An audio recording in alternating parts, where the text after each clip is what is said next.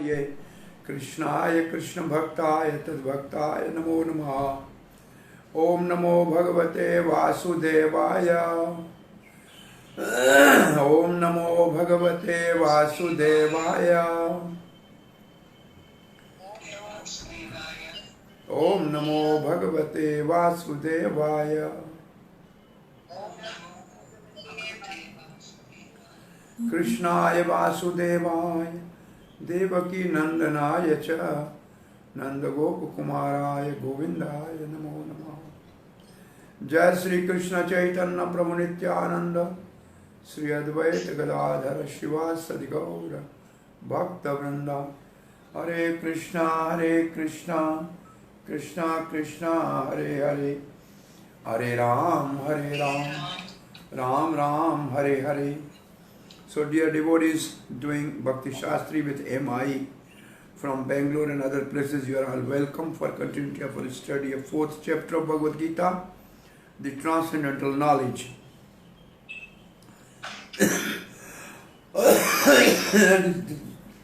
And this is the last verse of the Transcendental Knowledge. This is the last word of Transcendental Knowledge of Krishna.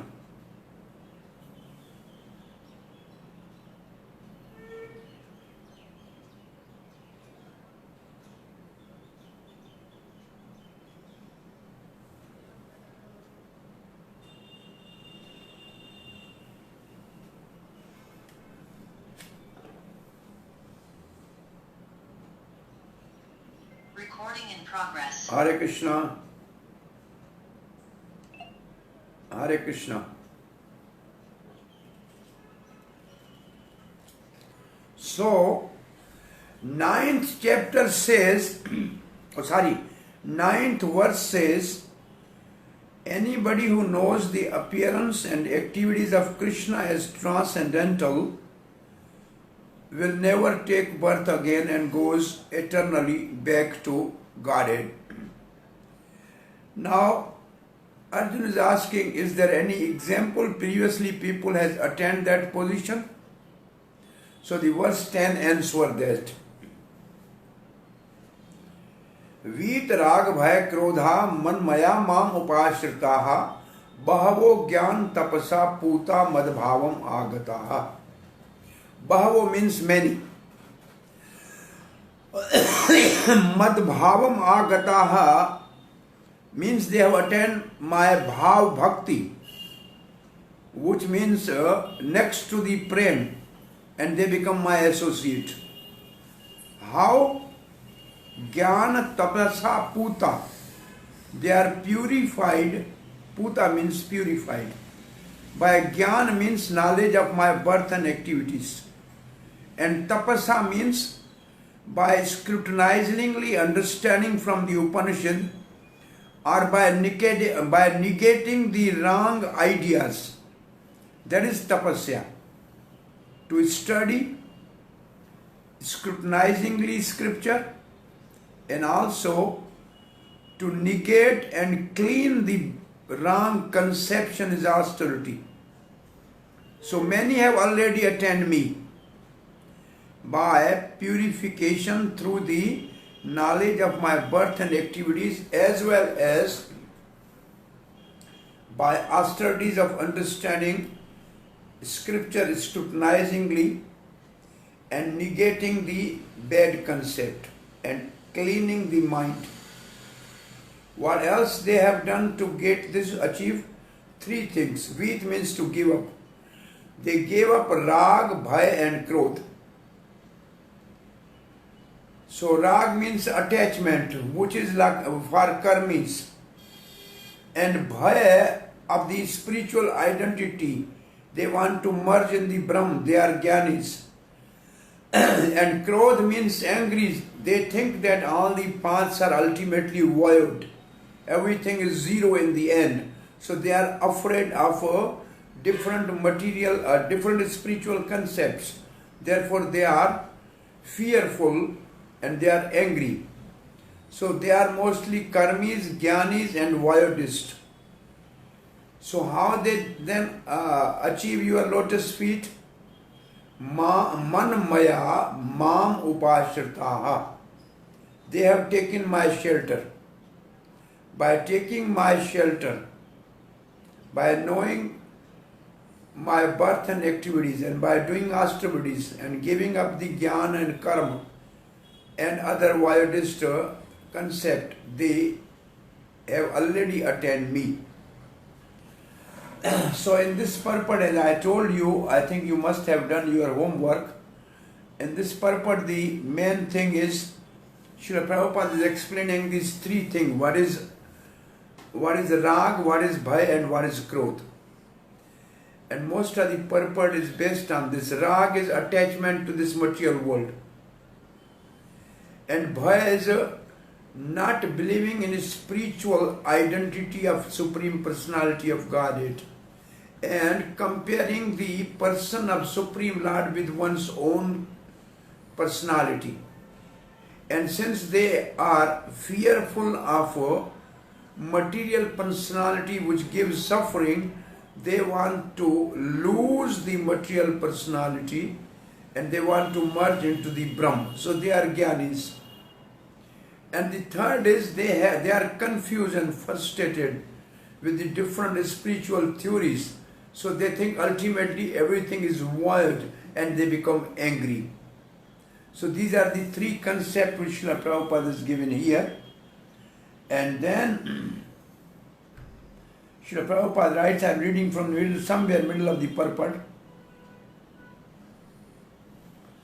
When they are informed that the spiritual life is also individual and personal, they become afraid of becoming person again.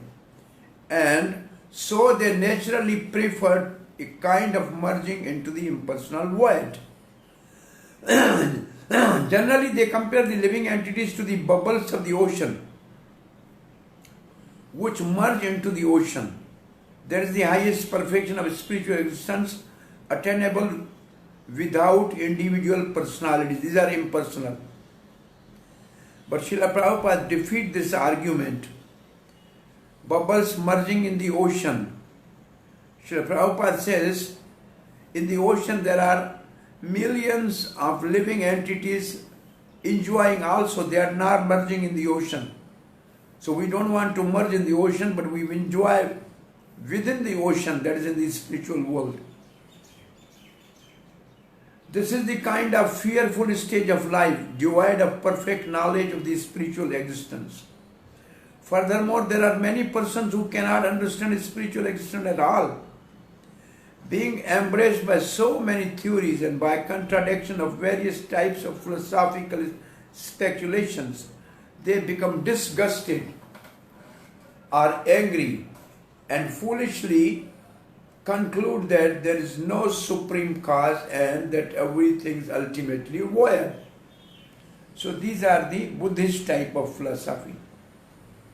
Why are you sharing any screen, Prabhuji? You're not seeing any screen. No, I don't. I'm not using my computer for sharing a screen. Oh, okay. Oh, it is on the phone. Today I'm speaking on phone. Okay, fine, Prabhuji. You're in which verse now? It's about 11. Verse number 10. Verse number 10. We are reading the purport. Okay, fine, Prabhuji. And the verse number 10 purport, if you see, open your book, we are reading somewhere middle of the purport. Such people are in disease condition of life. Some people are too materially attached, they are rag. Therefore, they do not give attention to the spiritual life. Some of them want to merge, they are Gyanis, into the supreme spiritual existence. And some of them disbelieve in everything. They are wildest, are fearful, being angry at all sides of spiritual speculation out of hopelessness. So this paragraph you find, this paragraph explains all the three. Rag, bhaya and krodh.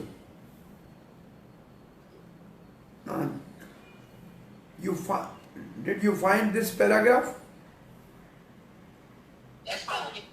Yes, Prabhuji. So all three things are here. Materially attached means karmis, Merging in the Brahm means Jnanis, and Vyodists are the third category, which are fearful of material, of spiritual existence. Now Srila Prabhupada writes, this last class of men means the frustrated people. They take to the shelter of some kind of intoxication. These are the hippies.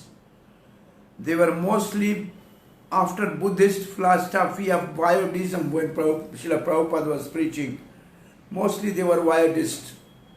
And therefore, they take to the intoxication, and their affective hallucination are sometimes accepted as spiritual vision. This is what most of the hippies were feeling at that time when Srila Prabhupada was preaching. To get free from these three stages of material concept, all three is material concept. What is that material concept? Karma is material because it is in Rajogun. Gyan is also material because it is in a mode of goodness. And Vyodism is almost mode of ignorance. So all three are material because they are under the influence of material modes. One has to take the complete shelter of the Lord, Maya Upashrita, guided by bona fide spiritual master, and follow the discipline of regulative principle of devotional service. It means sadhan bhakti. The last stage of devotional life is called bhav, or transcendent love of God. So then Srila Prabhupada give the verse from Bhakti Rasamrita Sindhu. Adau Shardha, it begins from the faith, then Sadhu Sangha, association of devotee, then Bhajan Kriya means initiation, Tato Anarth Nivarti means free from the anarthas, and then Nishta, Ruchi, Asakti, and then Bhav, which is already within our heart. Only by sadhan bhakti we awaken the Bhav Bhakti, which matures into the Prem Bhakti. So Srila Prabhupada writes, so by the slow process of devotional service, under the guidance of the bona fide spiritual, slow process means sadhan bhakti, one can attain the highest stage, being freed from all material attachment, from the fearfulness of one's individual spiritual identity, and from the first, all the three words again coming, Rag, Bhaya and Krodh. Then one can ultimately attain to the abode of the Supreme Lord. So in this verse you have to explain the meaning of the Rag, Bhaya and Krodh. What is Prabhupada's explanation of these three terms? And today I told you what is the meaning of knowledge and tapasya. According to Baldev Vidyabhushan, knowledge means knowledge of Krishna's birth and activities, and tapasya means understanding the difficult portion of the Vedas, scrutinizing in light of bhakti. And austerity also means clearing the false concept that we have in our consciousness from the different sources. That is also austerity. So we are going to the next verse. Very famous verse. Ye yathamam prapadyante tangstate bhajamiham mam vartamanu vartante manushya partha sarvacha. What it means? The question is like this. Arjuna is asking, okay, your devotees who knows your birth and activities come back to you, but those jnanis who want to merge in you, they also worship you. What is their destination? How you reciprocate with them? So Krishna says, I reciprocate with everyone according to the way they surrender to me. And ultimately everybody is following my path. They may be karmis, they follow my path, and I give them result as a Yagneshwar, because they perform yajna, I am Yagneshwar. Those who want to merge in the Brahm, I allow them to merge in the Brahm. Those who want to love and serve me as servant, I become their master. Those who want to serve me as a friend, I make them friend, because I reciprocate according to their desire. So this is the verse. But this verse, when Krishna was actually meditating on this verse in his spiritual world, he was thinking, well, I have never followed this verse when I was thinking of gopis and Radharani. For me, they have given up everything. Their relatives, family, all jati dharma, kul dharma, they have given up. I have never reciprocated with them. And then Krishna decided I have to appear as Chaitanya Mahaprabhu and exactly do what the gopis have done for me. I will give up home, I will give up beautiful young wife, I will just wander all over the Bharatvarsh and chant the holy name of Krishna and call upon Krishna like gopis were doing. So this verse actually is the impetus for Krishna to appear as Chaitanya Mahaprabhu and also take sannyas. So Srila Prabhupada writes, everyone is searching for Krishna in different aspects of his manifestation. So what are the different manifestations of Krishna? Brahma, Paramatma and Bhagavan. So Brahma, Paramatma and Bhagavan, Srila Prabhupada writes, so he is realized as impersonal Brahma Jyoti, that is Brahma. Some all-pervading super soul for the yogis is a Paramatma. So, but Krishna is fully realized only by his pure devotee as a Bhagavan. Consequently, Krishna is the object of everyone's realization. Thus, anyone and everyone is satisfied according to one's desire to have him. Then Srila Prabhupada is saying, in the transcendental world also Krishna reciprocate, not in material world.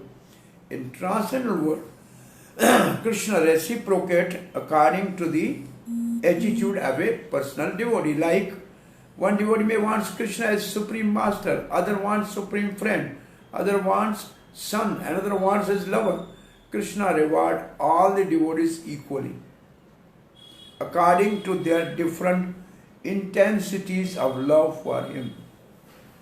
This is the spiritual world. Now Srila Prabhupada is saying in material world also, same reciprocation of feelings are there and they are equally exchanged by the Lord with the different type of worshippers. The pure devotee both here and in this transcendental world associate with him in person and are able to render personal service to the Lord and thus drive transcendental bliss in his loving service. When we are practicing devotional service in the material world, it is like a green raw mango. But when we go to the spiritual world and again do the same devotional service, it is like a raw, ripened sweet mango. But mango is same mango. That's what Prabhupada used to give the example. Devotional service in the material world is a raw mango, and devotional service in the spiritual world is ripened sweet mango. But it's all mango. As for those who are impersonalists, they want to merge. So Krishna reciprocate them by merging them in his own effulgence. Such impersonalists do not agree to accept the eternal blissful personality of Godhead.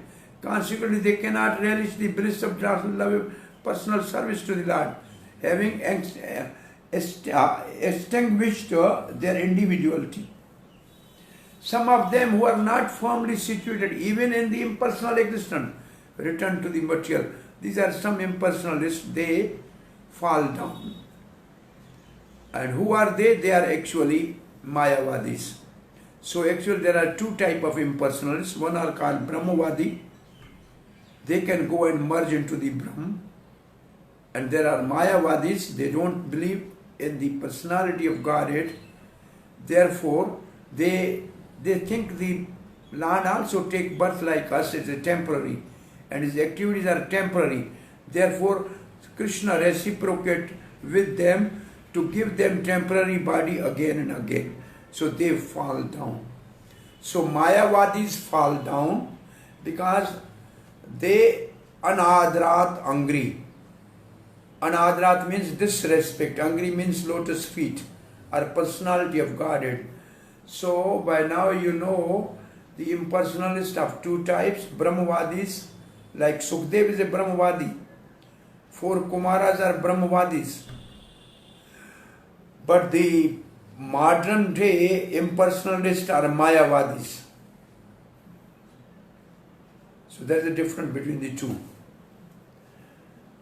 They are not admitted in the spiritual planet, but they are again given a chance to act on the material planet because they think Krishna's body is material, so they also get a material body.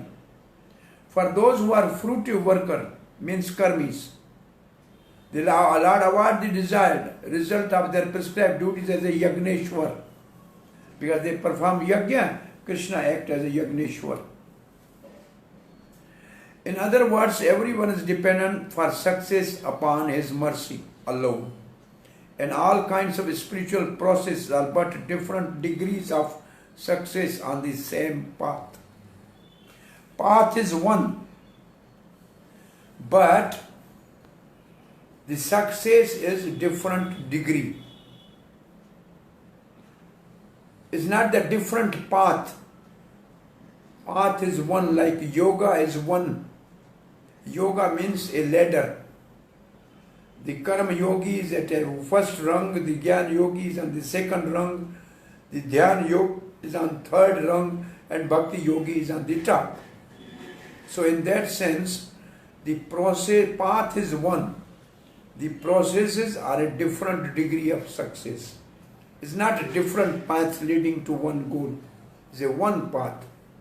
Prabhupada used to give example, for eating there is only mouth. You cannot eat with the eyes or ears. So only process is one path, but the success of each person is different. And then to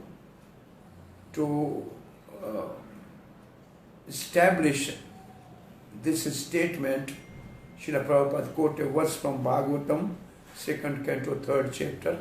Akam sarva kamo va moksha kama udaradi tivrena bhakti yogena yajeta purusham param. Akam, you may not have any desire, which means devotee. Sarva kamo, you may have all desires, like karmis. Or mokshkami, it means you may be jnani. Udara dhi, but if you have a broad intelligence. Dhi means intelligence, udar means broad. Tivrena bhakti yogena, with bhakti yoga, with eagerness. Yajeta purusham, you only worship the Supreme Lord, you will get your desired result.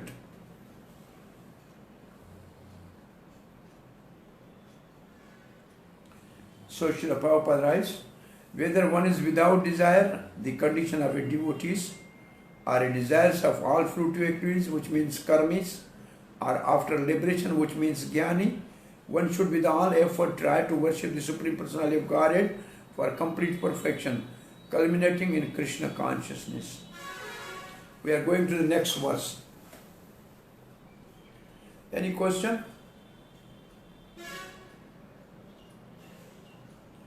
Okay. Kangshatam karmanam siddhim yajante iya devataha kshupram manusloke siddhir bhavati karmaja. Iya, the word iya means in this material world. While we are living. Kankshata karmanam siddhim means they want perfection in their work. Kankshata means they desire. Yajante means they worship. Iya means here, Devata means demigod. Kshipram hi manusloke, in this human, on this planet, the human beings get quick. Kshipram means quick. Kshipram. Siddhir bhavati karmaja, they get the perfection, karmaja from the karma. Ja means taking result of the karma. So those who desire the quick result of their material desires worship the demigods and get quick results. So what it means? it means it is rare really to attain the goal. Srila Baldev Vidyabhushan says, having spoken on related topic means related to the birth and activities of the Supreme Lord Sri Krishna as transcendental. The Lord will now speak on original topic. And what is the original topic? Nishkama Karma Yoga, which leads to Jnana Yoga. That is the subject matter of these 6 chapters. First 6 chapters. So, Srila Prabhupada writes, there is a great misconception about the gods and demigods of this material world. About gods or demigods, Prabhupada has used the god with a small g, which means all demigods.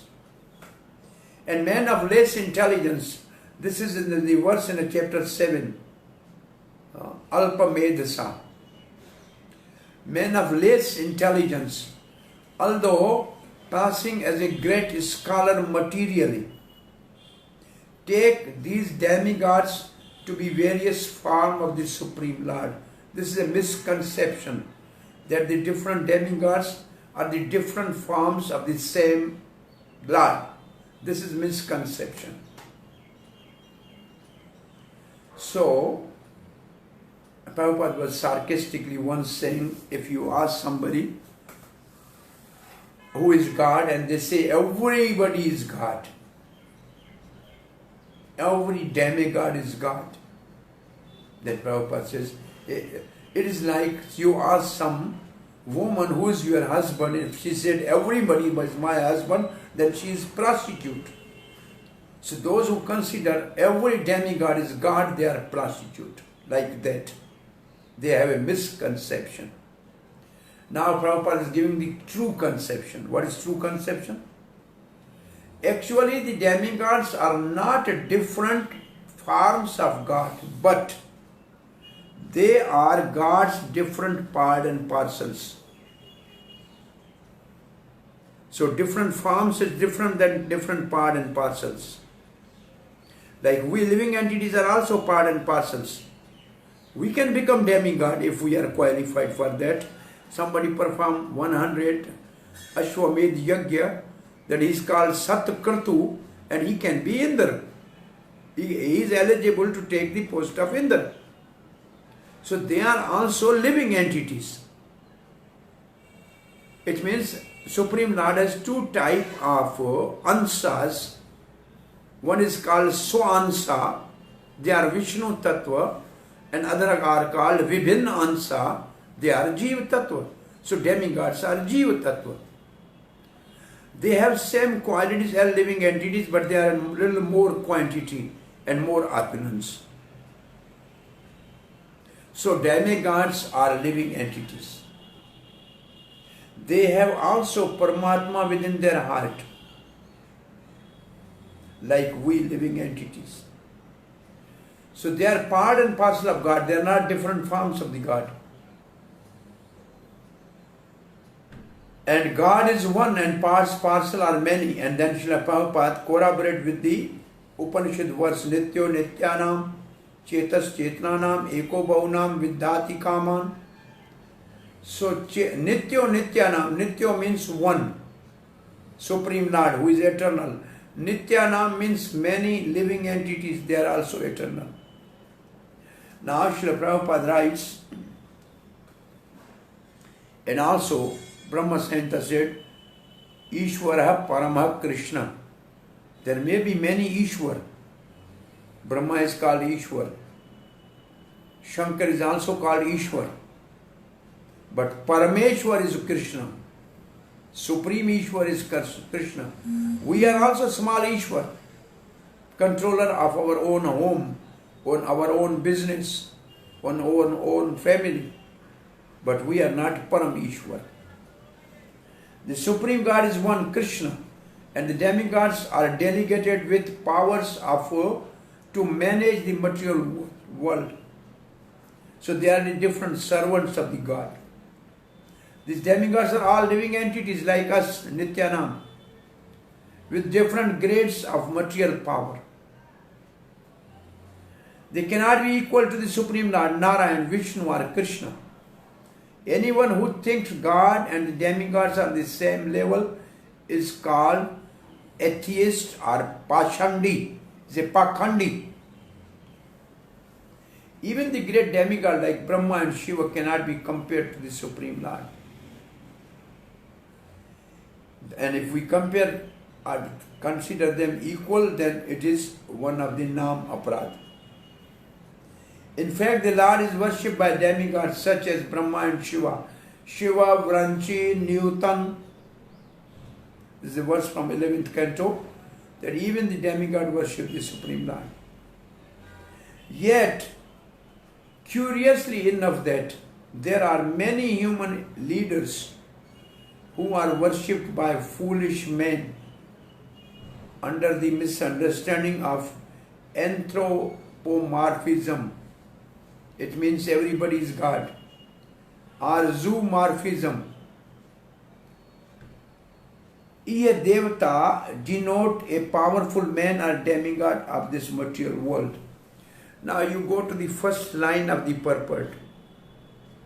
Prabhupada has written God with small g and demigods. So here Prabhupada means G, small God means the powerful people of this world, like the ministers. They are worshipped by their followers, or some saintly people, pseudo-saintly people. People consider them God. So, Prabhupada designed, and then these two words, anybody who can shed some light on these two words, anthropomorphism and zoomorphism. Anthropomorphism means, yes, anybody can say something?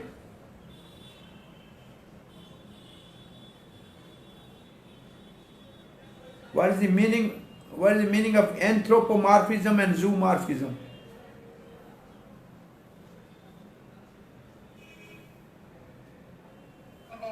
Can I Yes, please. say something? Yes, anthropomorphism means having the form of a human, and zoomorphism should mean having the form of animals, I think. So morphism means morphology. Morphology means how they look like. No, morphology. So anthropomorphism and zoomorphism means everybody is more or less same.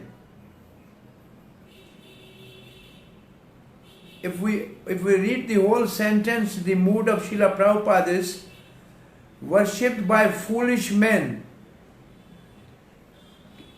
Many human leaders, like the ministers, are like in our country Gandhi, or in some other countries some leaders like that, some big poets like that, some big philosophers. They are worshipped as God, which means anthropomorphism. Everybody is God. Zoomorphism means even every living entity is Brahm. That is the concept of some people. I don't know exactly these words, what Srila Prabhupada actually meant by these two words. Anthropomorphism, you find out exact meaning, and zoomorphism. Find out the exact meaning why Srila Prabhupada has used these words for human beings worshipped as a God. These two words are used for human beings worshipped as God. That is false concept. Something like Daridar Narayan. Everybody who is poor is Narayan. This is the concept of Mayavadis.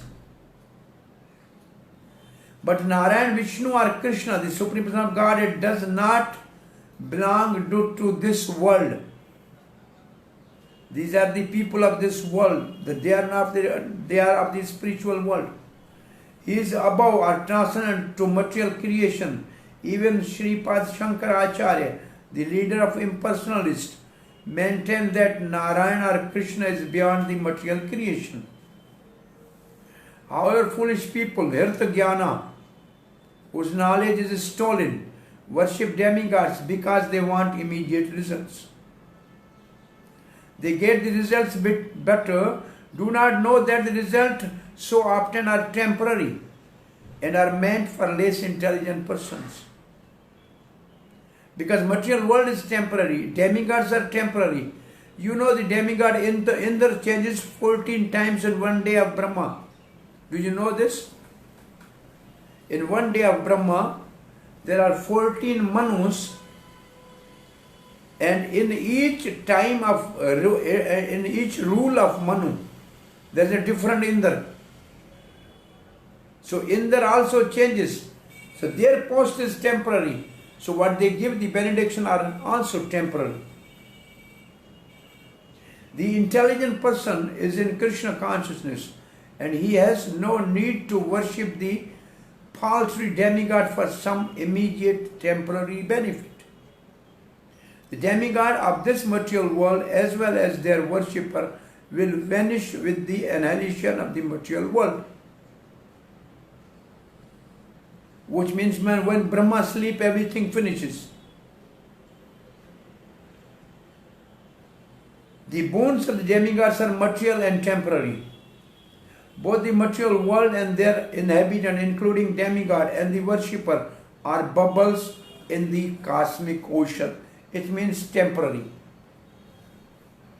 Bubbles in cosmic ocean means temporary. They are only manifesting and unmanifesting. In this world, however, human society is made after temporary things such as material opulence of possessing land, family, and enjoyable paraphernalia. So people need something here for enjoyment permanently, they think.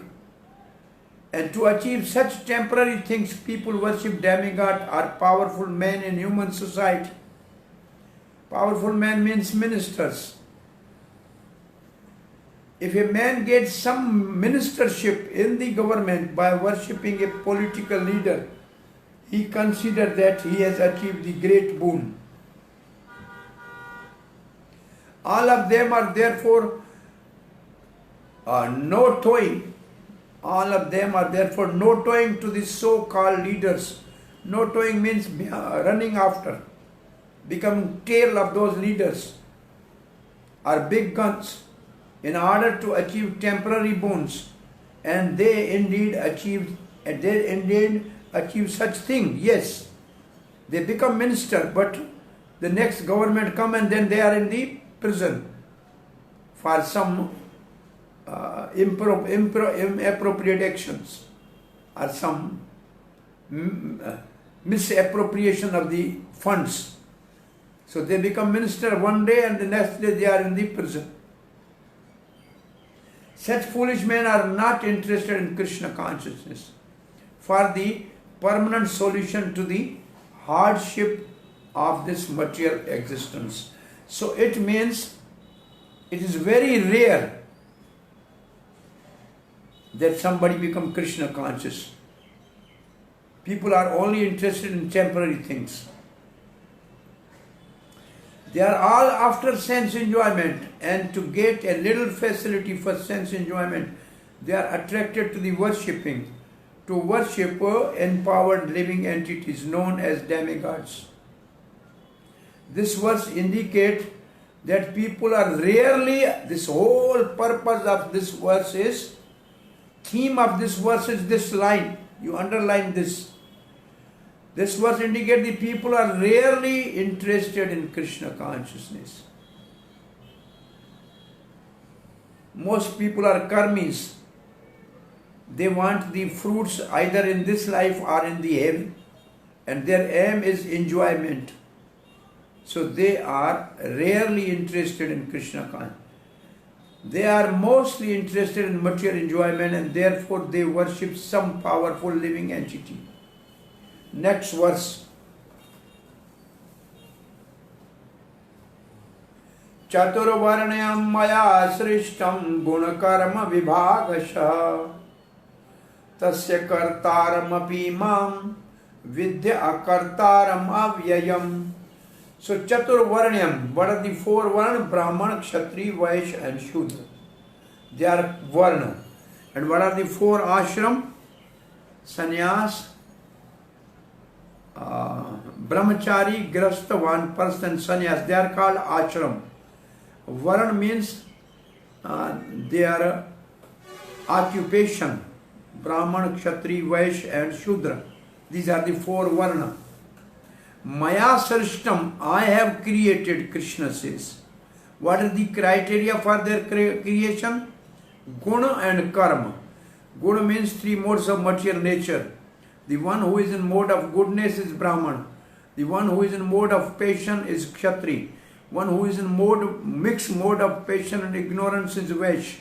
And one who is sheer in mode of ignorance is Shudra. Karma means their activities. And this is explained in 18th chapter. Samodama tapasocham arjavam, this is Brahman. Krishi goraksha vanijam is Vaishya. Ishwara bhava yudhe chapalayam is Kshatri. So their karmas are described in 18th chapter.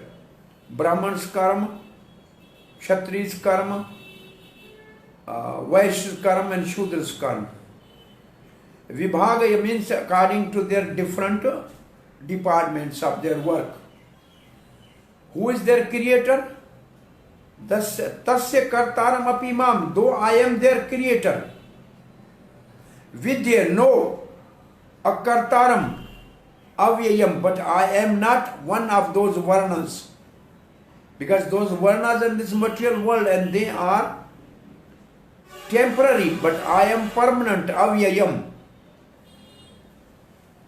I am not attached to this varna system. I create, but I am not one of them. So somebody can read the translation. Hare Krishna Prabhuji. Yes. Yeah, read the translation. According to the three modes of material nature and the work associated with them, the four divisions of human society are created by me. And although I am the creator of this system, you should know that I am yet the non-doer, being unchangeable. Thank you, Prabhuji. Non-doer means akartaram and unchangeable means avyayam. So, now the question is like that. Somebody can ask this question. Indeed, the path of bhakti and jnana give liberation. Bhakti give association of Lord and jnana give merging into the Brahma. Both are liberation. But the path of karma leads to bondage.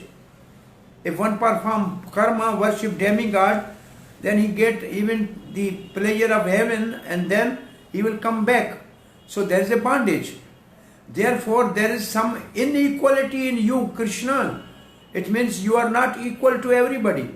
The creator of all path, the Supreme Lord. So you have an inequality.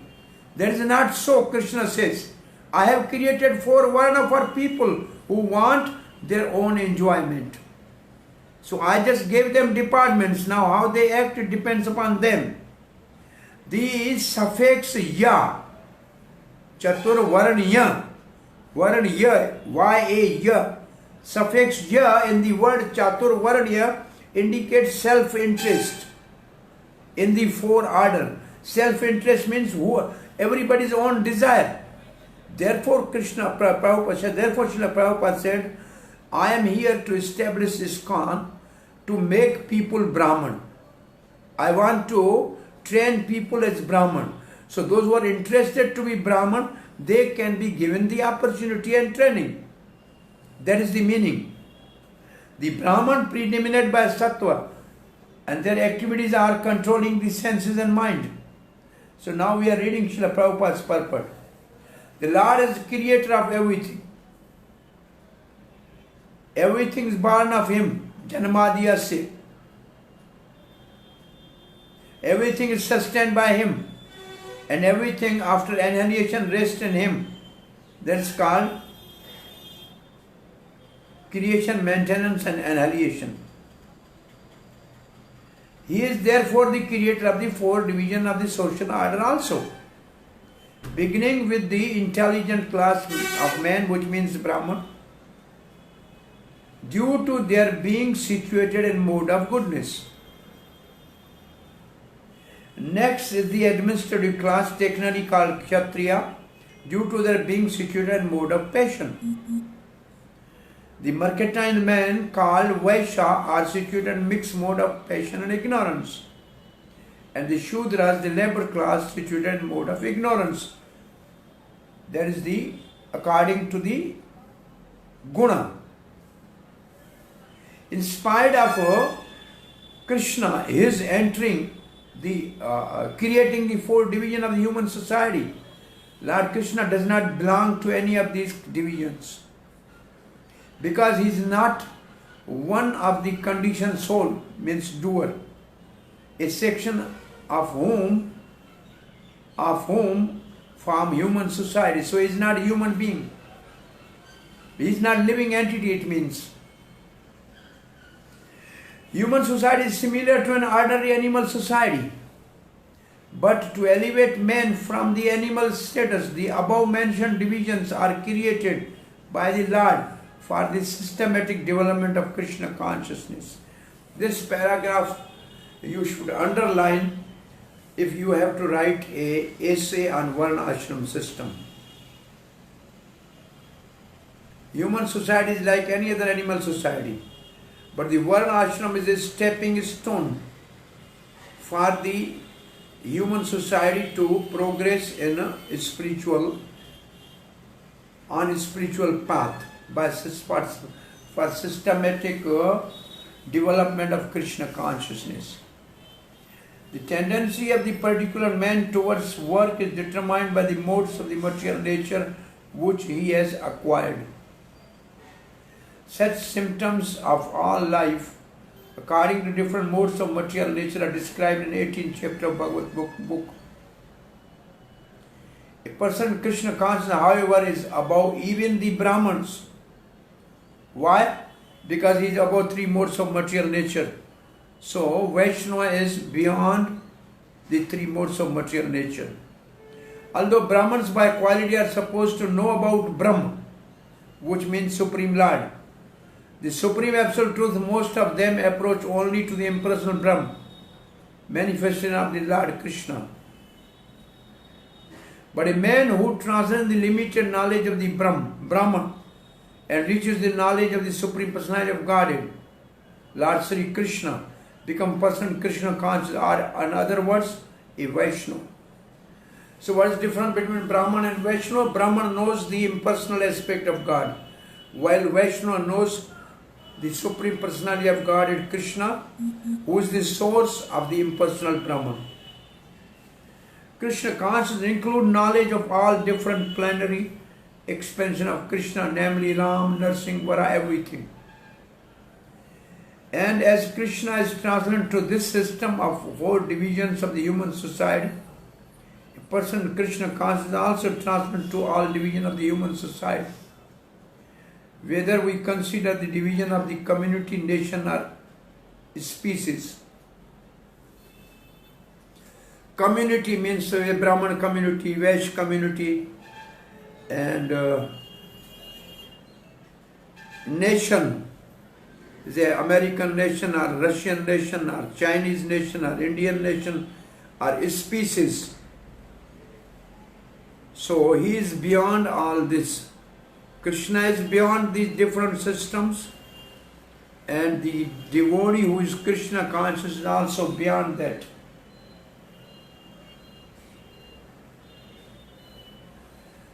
So, anybody who is much interested in this topic of Varna Ashram should refer to Science of Self-Realization, where Srila Prabhupada is talking to Professor Kotovsky in Russia. This was the first topic I read almost more than 40 years back, and I was convinced about the authenticity of Vedic knowledge and Varna Ashram system. and I was inspired to join Krishna consciousness. So Prabhupada is explaining all over the world these four varnas are there, but the names are different and they are perverted. It's not that it's only in India. The four varnas are all over the world. Now how you can explain to the new person about the four varna and convince him? People have a misconception about the low caste and high caste. This caste system is a different misconception created by British to divide us, and that we are actually suffering now. The quota system and all this is created because of a lower caste and a high caste. Is all politically motivated things. It has no spiritual background. Now we are reading the next verse. Krishna is speaking about himself. Or this section from verse number 11 to 15, verse number 11 to 15 is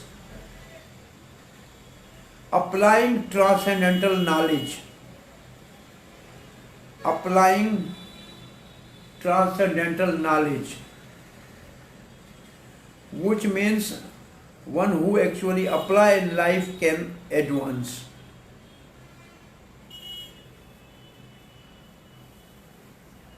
Namam karmani limpante name karam phale spraha iti mam yo abhijanati karambhir nasa badhyate. So Krishna is speaking about himself. Namam karmani limpanti. It means no karma binds me or contaminate me. Number two, name karam phale spara. It means I have no inclination or desire for any karma, or I don't need any karma to be performed. Have no desire for fruits of work. Fruits of work.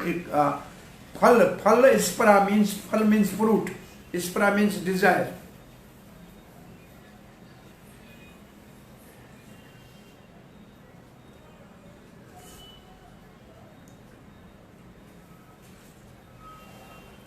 Iti mam yo abhijanati. One who knows this about me. Karambhir nasa badhyate. He will also not be bound by the result of the work. He is not bound by action. So read the translation.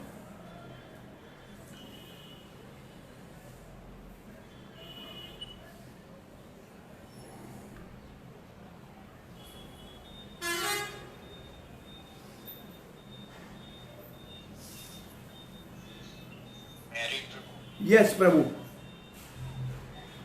There is no work that affects me, nor do I aspire for the fruits of action. One who understands this truth about me also does not become entangled in the fruitive reactions of work. How is that?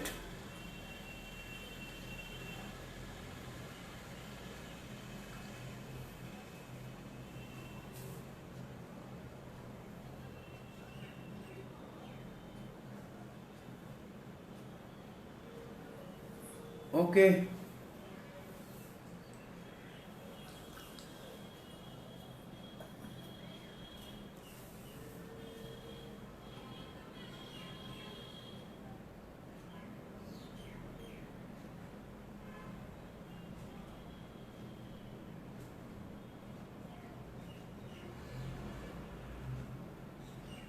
Srila Prabhupada writes,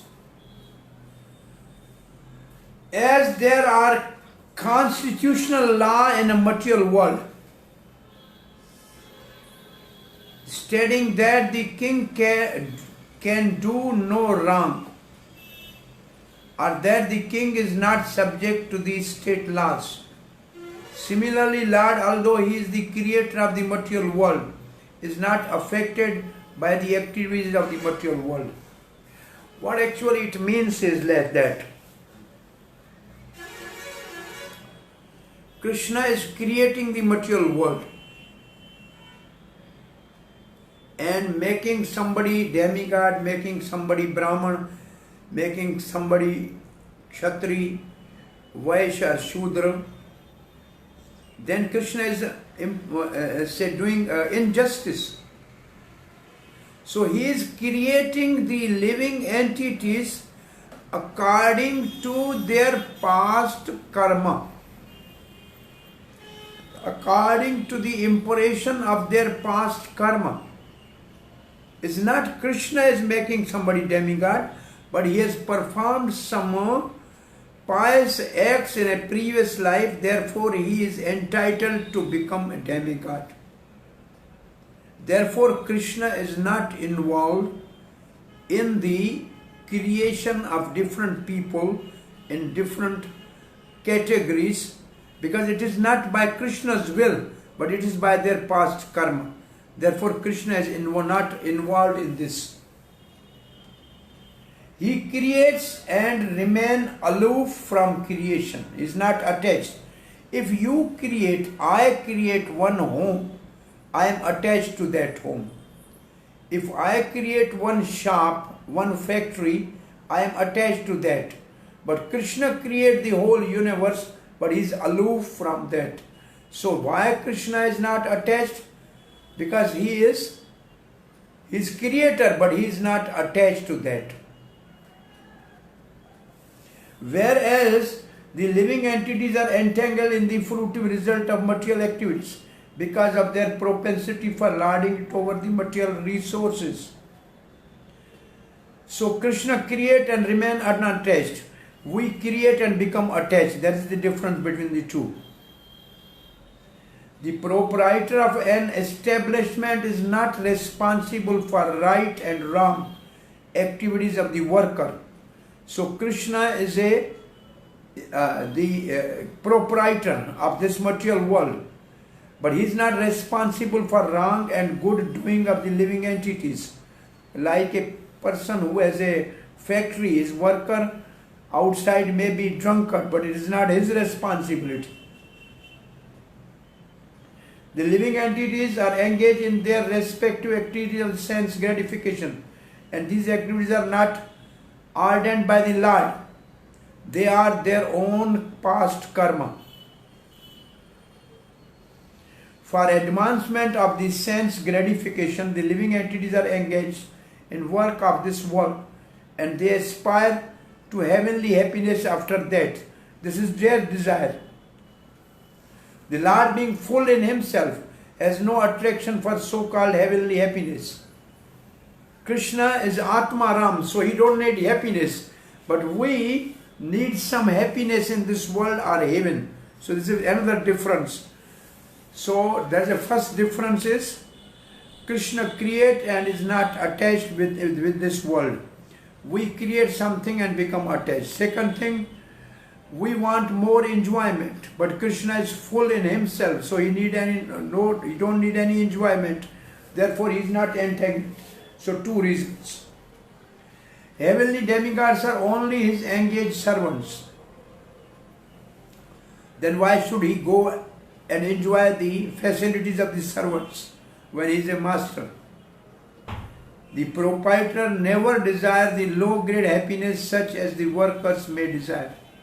He is aloof from the material action-reaction.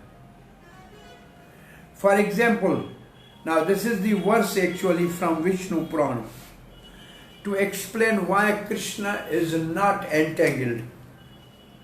So now meditate on this verse.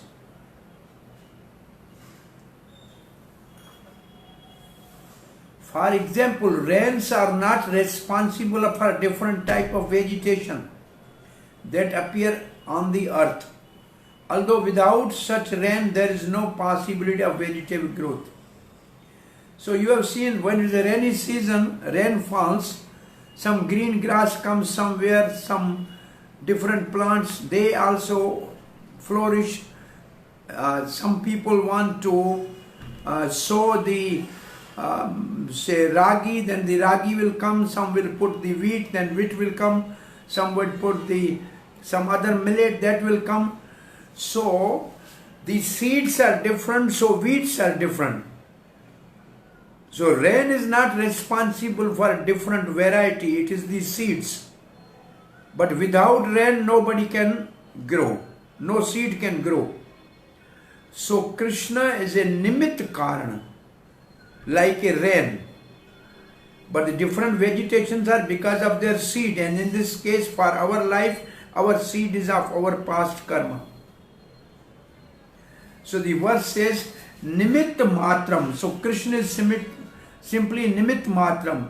Evasau sirjanam sarga karmani. Here sarga means creation by Lord.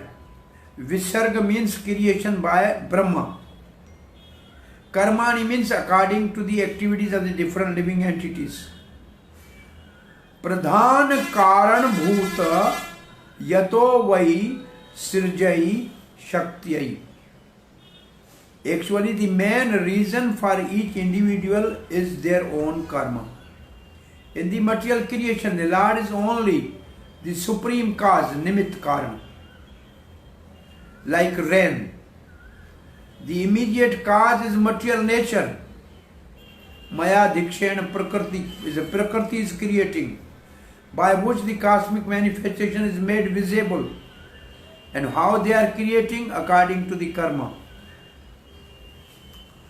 The created beings are of many varieties, such as demigod, human beings and lower animals, and all of them are subject to reaction of their past good or bad activities.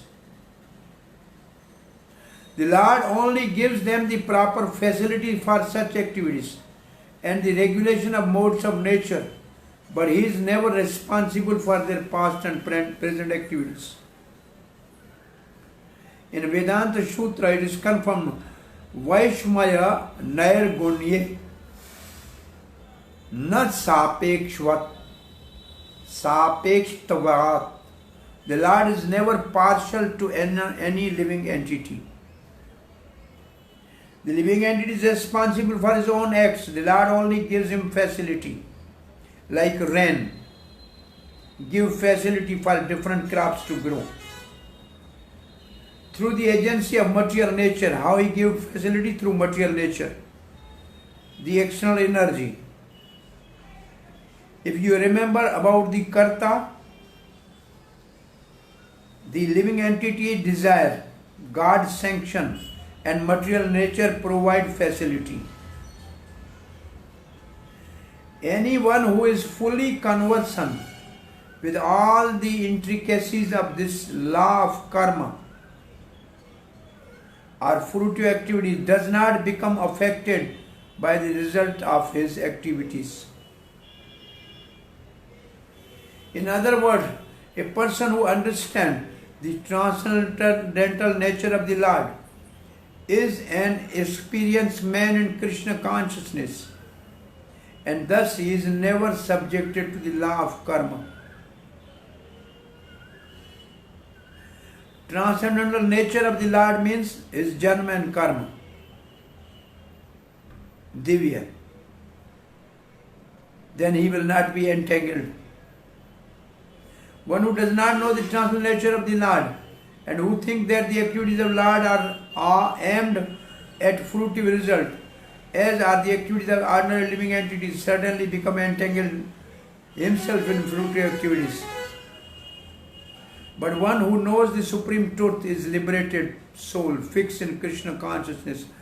Same thing, how one knows about Krishna become free from all entanglement, because Krishna is beyond three modes of material nature.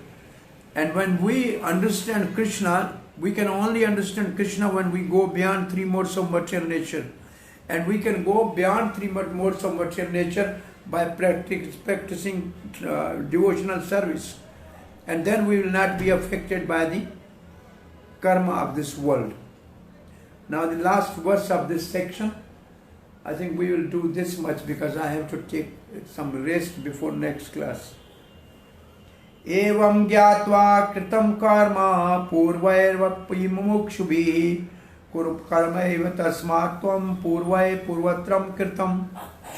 Now Krishna is giving advice to Arjuna. Evam gyatva, knowing this, kritam karma, do your duty. Purvairapi, in the previous time. Mimukshubhi, those who wanted liberation. Kuru karmaeva, hey, descendant of Kuru dynasty. Karmaeva tasmatvam, you should also perform the act in the same way. Purvahi purvatram kirtam, like the previous experienced people have done. Knowing this about me, those desiring liberation in the ancient time perform action without desire. Therefore, perform action which the ancient performed following after their predecessors. So, read the translation by Srila Prabhupada.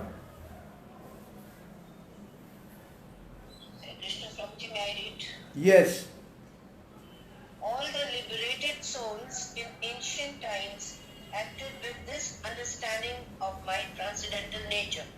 Therefore, you should perform your duty following in their footsteps. Thank you, Prabhuji. Who are the previous people? Previous people are like Vivaswan, like Manu, Ikshvaku. That is the previous people which are in this verse. Imam Vivasvate Yogam Proktam Aham Aveyam Vivaswan Manve Prau. Like these people, previous people like these. Srila Prabhupada writes, there are two classes of men. Some of them are full of polluted material things within their heart, and some of them are materially free. Krishna consciousness is equally beneficial for both of these persons. Those are full of dirty things can take to the line of Krishna consciousness for a gradual cleansing process, following the regular principle of devotional service. Cheto Darpan Marjanam. Those who are already cleansed of impurities may continue to act in the same Krishna consciousness so that others may follow the exemplary activities and thereby be benefited. So, it's like Krishna is telling to Arjuna, if you think that you are still not pure, then do this work to purify yourself. If you think you are already liberated, then still you fight to set an example for other people to follow. In both cases, you have to do your duty. Foolish persons are neophyte in Krishna consciousness, often want to retire from activities without having knowledge of Krishna consciousness. Krishna consciousness is cultivation, is activity. It is not in Russia. Arjuna desire to retire from activities on battlefield was not approved by the Lord. One need not only know how to act. To retire from activities of Krishna consciousness and to sit aloof making a show of Krishna consciousness is less important than actually engage in the field of activities for the sake of Krishna. Arjuna is here advised to act in Krishna consciousness following in the footsteps of the Lord's previous disciple, such as sun god Vivaswan, as mentioned here and before. The Supreme Lord knows all his past activities, as well those of persons who acted in Krishna consciousness in the past. Therefore, he recommends the act of the sun god, who learned this art from the Lord some millions of years before. Still today, sun is giving light to everybody and is enlightening everybody, waking up everybody. So, devotees of Krishna should always work, never retire. Therefore, Sunday for the devotees is a holy day rather than holiday. They have more activities on Sunday than on other days. Our spiritual activities increases on Sunday. All such students of Lord Krishna are mentioned here as past liberated persons, engaged in discharge of duties allotted by Krishna. Gaurangare Sangi Gana Mukta Kari Jane. All the associates of Chaitanya Mahaprabhu are liberated, and one can liberate the whole planet. So all those who are Rupa Anugas, follower of the Chaitanya Mahaprabhu and Rupa Goswami, are liberated. So we have to follow our previous acharyas like Bhakti Vinod Thakur, Bhakti Siddhanta Saraswati Goswami Maharaj, Srila Prabhupada. They have established the path for us to follow, and that is the perfect path for perfection in Krishna consciousness. Now the next section goes from 16 to 24. From verse 16 to verse 24, understanding karma on the platform of jnana. Understanding karma at the platform of jnana. In this section, and for next week, you prepare, at least you try to understand the three words: karma, akarma and vikarma. The meaning of karma, akarma and vikarma. And then there is the next section. There are almost maybe 11 or 14 type of different yagnas. I think this section, no, there is the next section. Different type of yagya. Swadhyaya yagya, Gyan yagya, Pranayam yagya in this section. And all these yagya culminate in knowledge. That will be the next session. And the fourth chapter actually is little more difficult and complicated.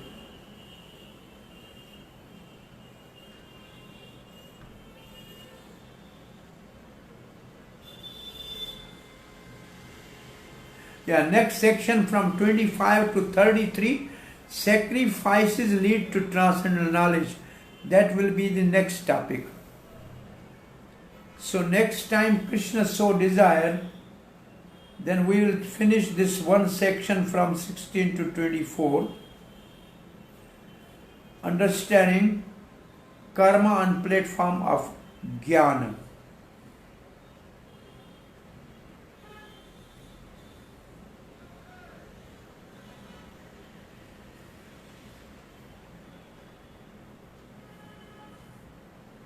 So Krishna is saying, Kim karma kim akarmeti kavyo api atra mohitaha tatte karma pravakshami yagyatva mokshase ashubhat. Verse 16.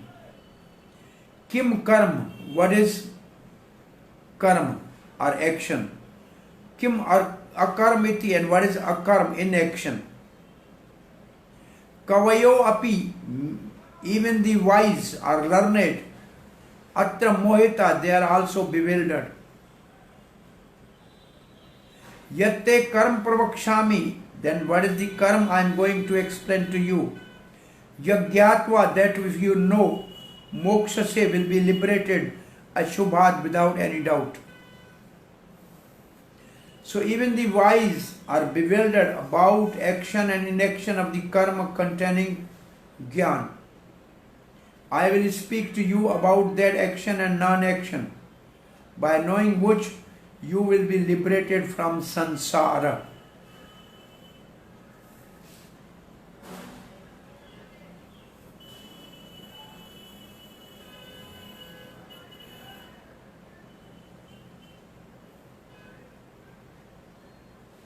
So, say question is like that. Arjuna is saying, is there difference in performing karma? So you are saying you perform karma as previous acharyas has done. So Krishna says, yes, there is a difference between karma, akarma and vikarma. All are not same. So it's not that everybody is doing it on a same platform. So what is akarma? What is karma? So that is even the learned people get bewildered. Srila Prabhupada writes, action in Krishna consciousness has to be executed in accord with the example of previous bona fide devotees. This is recommended in verse number 15. Why such action should not be independent? Why we should follow previous acharya? Will be explained in the text to follow. It means 16, 17, 18. To act in Krishna consciousness, one has to follow the leadership of authorized person who are in line of disciplic succession, as explained in the beginning of this chapter. Evam parampara praptam. The system of Krishna consciousness was the first narrated to the sun god. The sun god explained to this Manu to his son Ikshvaku, and the system is current in the. So this is a parampara. Therefore, one has to follow the footsteps of previous authorities in the line of disciplic succession. Otherwise, even the most intelligent man will be bewildered regarding the standard action in Krishna consciousness. For this reason, the Lord decided to instruct Arjuna in Krishna consciousness directly. Because of the direct instruction of Lord to Arjuna, anyone who follows in the footsteps of Arjuna is certainly not bewildered. It is said that one cannot ascertain the ways of religion simply by imperfect experimental knowledge.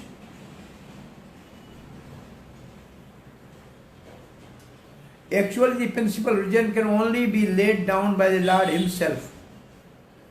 So what Srila Prabhupada is writing here is actually what Yamaraj told to the Yamaduta. The religion is only known by 12 Mahajans. Nobody knows religion on their own. Religion is established by Lord. Bhagavat Dharmat to Sakshat Bhagavat Pranitam. So religion is given by God and it is only known by Mahajans. It's not everybody knows religion. Dharmat to Sakshat Bhagavat Pranitam. This is from the Yamaraj's teaching. One must follow the footsteps of great authorities like Brahma, Shiva. This is a whole verse from the teaching of Yamaraj. Kumar, Kapil, Prahlad, Bhishma, Sukdev, Yamaraj, Janak, Bali. By mental explanation, one cannot ascertain what is religion and what is self-realization. What is religion and what is self? This is a very interesting word. Mostly people are religious, but they are not spiritual. Can you see the religion and self-realization? Yes, sir. Once we visited with a Janmashtami Prasad from Vrindavan to then the President of India, Abdul Kalam Azad. He asked when we entered, he said, so which society you belong? Somehow I said, we belong to a spiritual society. He said, very nice, I love spiritual people because religious people fight among themselves. He said, religious people is at a material platform. As a bodily sector, religion is at a bodily level and spirituality is beyond that.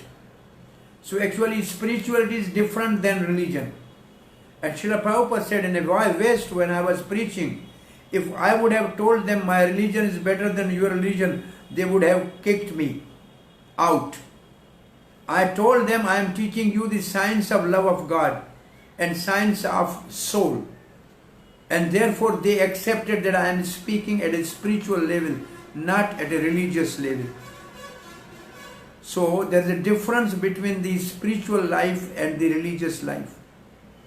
You can see there are many people in India, they are religious, they are pious, but they are not spiritual.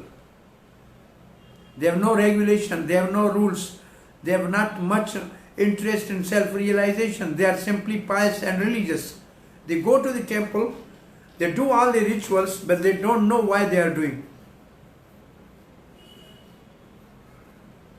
Therefore, out of causeless mercy to his devotee, the Lord explained directly to Arjuna what action is and what inaction is. Only action performed in Krishna consciousness can deliver a person from entanglement of material existence.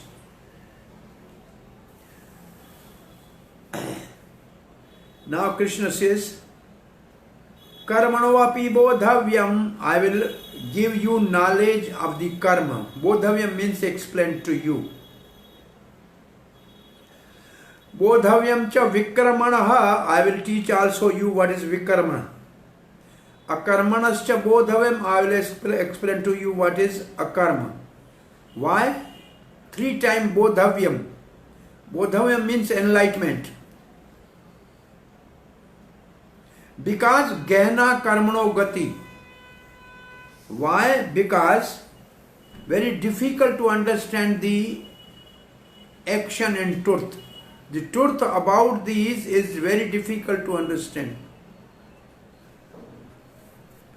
One should understand bodhavyam about karma, kamya karma and jnana. Karma, vikarma is a kamya karma and akarma is jnana. The truth about these are difficult to understand. So I think maybe we can finish this verse.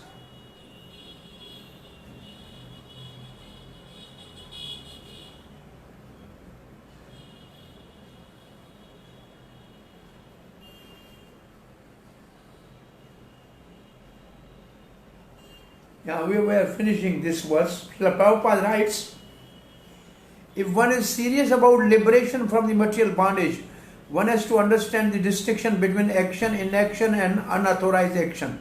So action means karma, inaction means akarma, and unauthorized action means vikarma. One has to apply oneself to such an analysis of action, reaction and perverted action means vikarma. Because it is a rare, very difficult subject matter. Gehna karmano gati. To understand Krishna consciousness and action according to its modes, one has to learn one's relationship with Supreme. That is, one who has learned perfectly knows that every living entity is an eternal servitor of Lord, and that consequently one has to act in Krishna consciousness. The entire Bhagavad Gita is directed towards this conclusion, that Jivera Swarupa Krishnera Nityadas. Everybody should work to please Krishna. Any other conclusion against this consciousness and its attendant actions are vikarma or prohibited action. This is the one of the definition of vikarma.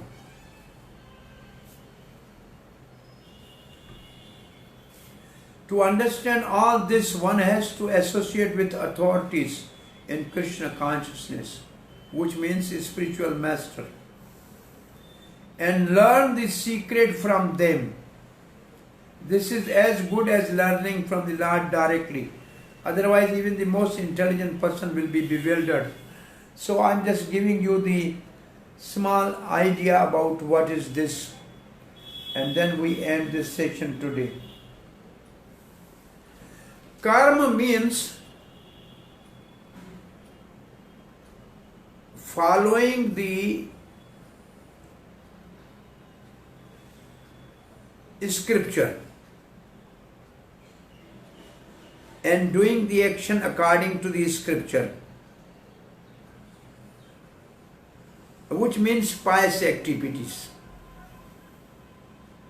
which give rise to the good results. Because each karma always give a result, and that is called karma phala, and then we have to enjoy that. Vikarma means prohibited karma, which are prohibited by the scripture. Don't do this. Don't steal. Don't lie. They are vikarma. And akarma means acting without the result for fruits.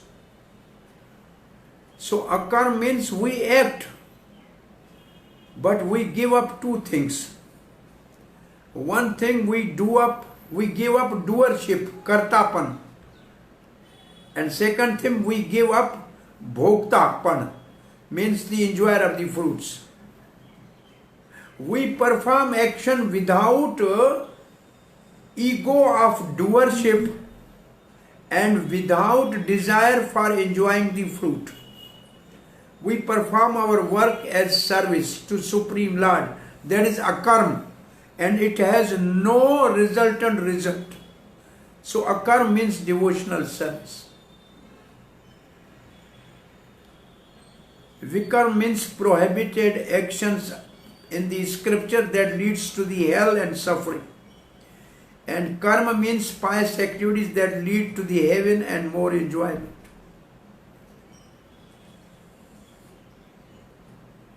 Okay, now you study this section. Next time we will discuss. You should also read that section, that sacrifices leads to the knowledge. The next section, that also you should get prepared for. So thank you very much. Hare Krishna. Ajao bhai, Hare Krishna. Anybody has any question or comment? Hare Krishna Prabhuji. Hare Krishna Prabhuji. हाँ जी. Yes, बोलिए. Prabhuji, I have a question. मेरा छोटा question है Prabhuji. Like इसमें 12th text in 12th text 12 we just read that if someone worships the demigods, quickly they will get the results, but that is not proper. The Supreme Personality of God, it is Krishna. That we know, and even Chaitanya Charitamrita it is said, like whoever worships when Advaita Acharya comes and when Chaitanya Mahaprabhu comes and sees that in Advaita Acharya's home there is Vishnu Tattvas, then he will circumambulate the home and he tells whoever has the Chandi and all, like Lord Shiva's wife and all, then that home is called Chandigraha, right Prabhuji? So how to explain the people regarding this, because wherever Vishnu Tattvas are there, that is a happy home, right?